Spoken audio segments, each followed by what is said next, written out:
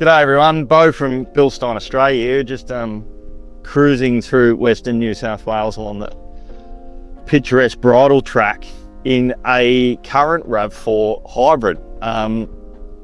Not everyone might realise this. RAV4 in 2025 was the second biggest selling vehicle in Australia, just behind Ford Ranger and just in front of Toyota Hilux. So everyone thinking the dual cabs are leading the market. Yeah, they're absolutely still up there, but the RAV4 snuck into second place in 2025.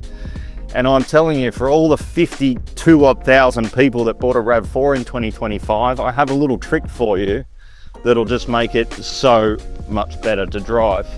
So we are in a BILSTEIN B8 Terrasport equipped RAV4 hybrid.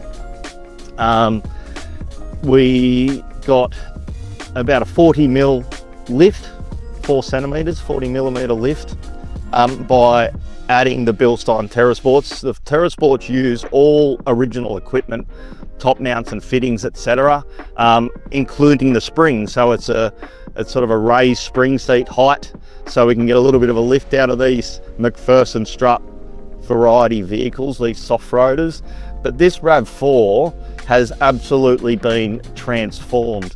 So I travel quite a bit in my role as the General Manager of BILSTEIN Australia, and visit lots of people around the countryside, jump in the odd rental car.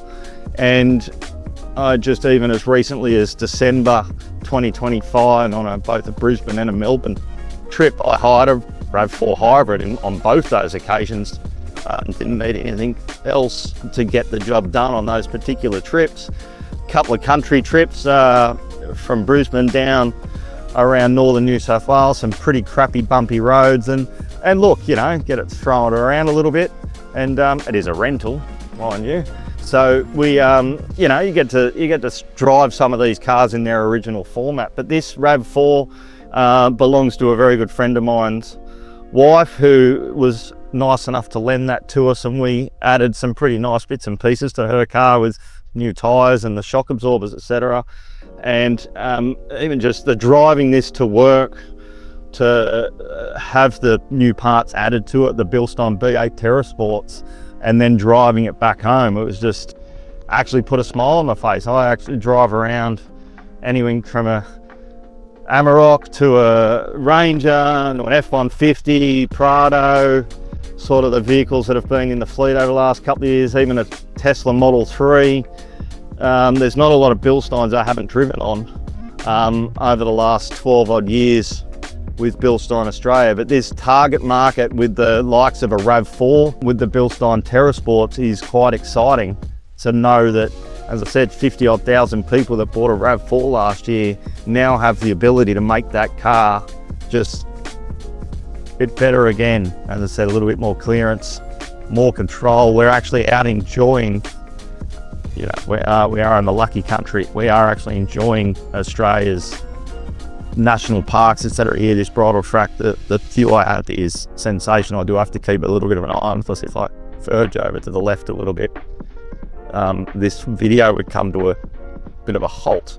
So at the end of the day, this RAV4 hybrid cruiser is now enjoying the parts of Australia that you might not have thought were capable in your RAV.